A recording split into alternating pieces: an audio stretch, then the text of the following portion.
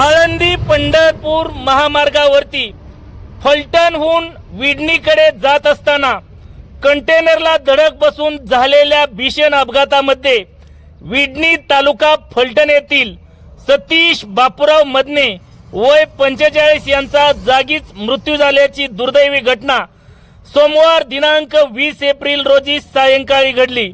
या घटनेमुळे परिसरामध्ये हळहळ व्यक्त होत असून संपूर्ण विडणी परिसरात शोककळा पसरली आहे।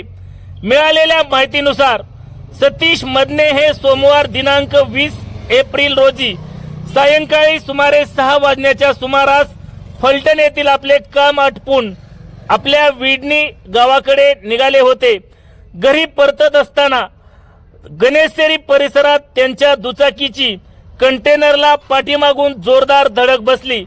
अपघात इतका भीषण होता की सतीश मदने यांचा घटनास्थळीच मृत्यू झाला। घटनेची माहिती मिळताच स्थानिक नागरिकांनी तात्काळ घटनास्थळी धाव घेतली, मात्र